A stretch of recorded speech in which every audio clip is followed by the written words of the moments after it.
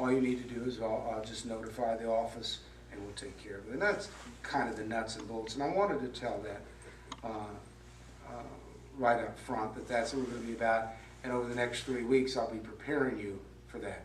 I do want you to know it works, it's exciting, it's fun, and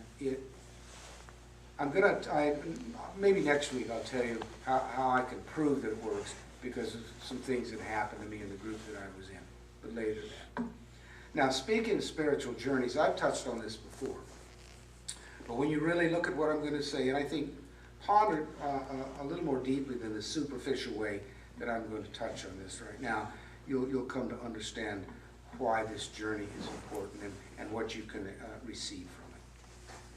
Speaking of spiritual journey, in many respects, and not to be corny about it, it's not much different than going on an extended vacation. In this case, one, let's say, of about 40 days. But unless you're like I was when I was 17 or 18 and would just get in the car. Did I ever tell you about the true story? Don't tell your kids I said this, but when I was 17, I was just trying to be a big shot, and I was sitting at lunch and I'd finished my finals, and it was in February at Earlham College, and I said to the girls that were at the table, well, if I'd get somebody to hitchhike with me, I'd go to the Mardi Gras. And they said, well, why don't you ask Russ? Russ Hill was the guy's name. And so I went up and banged on Russ's door, knowing that he wouldn't go. And he said, well, yeah, let's go. Well, I told the girls, so I had to, so we hitchhiked down the Mardi Gras and back. Don't let your kids do that, although it was fun.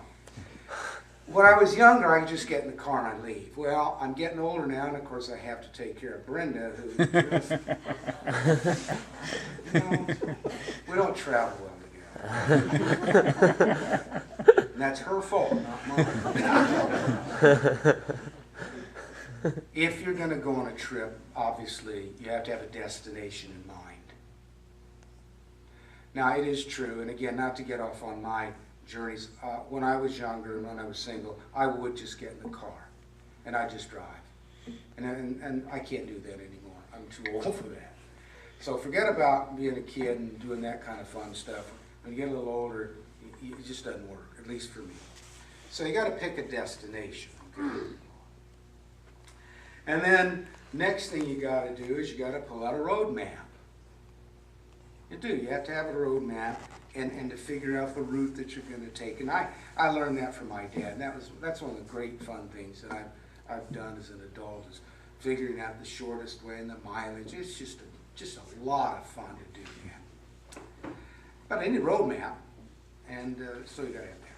Also, I would always use Rand McNally, and I guess now what do they have? MapQuest? Is that what they use? TomTom. What? TomTom. TomTom, whatever this stuff is. I don't know. GPS. GPS, whatever that stands for. Grand Prix. Now, I also, when I'm going to go on a trip, usually ask advice from people who have been there, or who I think maybe have been to a particular place. So if I were going to go to Murfreesboro, for example, it's true, I would call up Bud and I'd say, Bud, I know you've been down to Murfreesboro. How do you get there? What's there? What's the easiest way to go? Are there any good restaurants? Well, I do that. Because that way, and I also, he might tell me, well, you can't take that road because the bridge is out. Or stuff like that. So you need guides sometimes when you go on a journey. And so I oftentimes ask advice from people who have been there and help me figure out these things to enjoy as well as to avoid. Now, after this kind of preparation, and when it's just about ready to leave, I make a checklist, of all sorts of things to do, and that's what I do. I actually have a long checklist, and then when I pack, I check things off and check it off, just because I can't remember things anymore. That's the best way to put that. But one of the things that I always include are sunglasses when I go on a trip, and there's a reason for that. Obviously, don't want the sun in my eyes, but it keeps me from being distracted. And it keeps the glare out of my eyes, and it keeps me focused. So I'm not going to get in harm's way if I can at all keep from doing that. I'm also going to be able to see the guideposts along the way. But if I am not equipped correctly, then I'm going to miss the guideposts. And if I miss the guidepost, I might miss the turns. And if I miss the turns, then I might get in trouble. So I take some lessons. But then again, unless I'm going to walk for 40 days, then I have to get my car in order. It's got to be cleaned out. And in our case, it's got to be vacuumed, and it's got to be washed, and it's as if we were going on a trip. It's got to be perfect. And then that's okay. And so we get it all tuned up if we have to, and the tires set. And then it may sound a little silly, but you don't want to be driving across through the desert and where you've forgotten to put in coolant, for example. So you take care of all that. Now, that's it. When all that's done, there's still something I have to do, or I have to provide, or I'm not going to move 1 inch. What would that be? One thing that I have to have. Gasoline. Exactly right. I have to have fuel. So I may have all the desire in the world to go make a trip to the Grand Canyon, and I may really want to do that and mean well and have every intention of getting there, but and get in the car even, pack, have my sunglasses on, they look good on me, and be ready to go. But if I don't have any gasoline, I'm not going anywhere.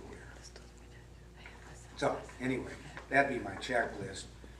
Destination, road maps, advice, sunglasses, car prep, and then you got to have fuel. Now, those are the same ingredients, is that the right word? Those are the same things that you need if you're going to take a spiritual journey.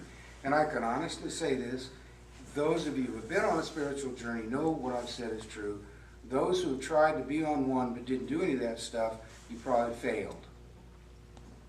If you're going to go on a spiritual journey, you have to be prepared.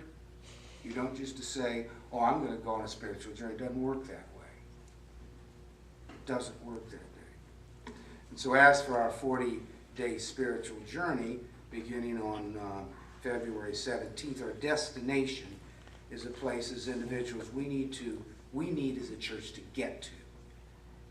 And there's no sense in pointing fingers. It doesn't matter. We're going to fix it. And that destination is to learn to become better sharers of the love of Jesus Christ with others. That's what we have to be better at. We're not doing a good job of that. And that's all right for now, and we're going to improve on that. And the way we're going to improve on that is we're going to enter into a deeper and more wonderful relationship, personal relationship, if you like that language, with Jesus Christ. And with the Holy Spirit, if you like that language as well. So that's our destination, to mature deeper in a relationship with Jesus Christ, so that the love that we already have with Jesus Christ, we can now unbind, learn to untie, and then learn to share that with others. Now, to arrive on this place, we need our road maps, and you already know what the road maps are. One is going to be this guide, and it works. They have here in the back of it a prayer journal, and take a 40-day prayer journal. I can absolutely tell you, some of it's a little corny, if you do it, you'll be transformed. I can promise you that. If you work it, you will be transformed.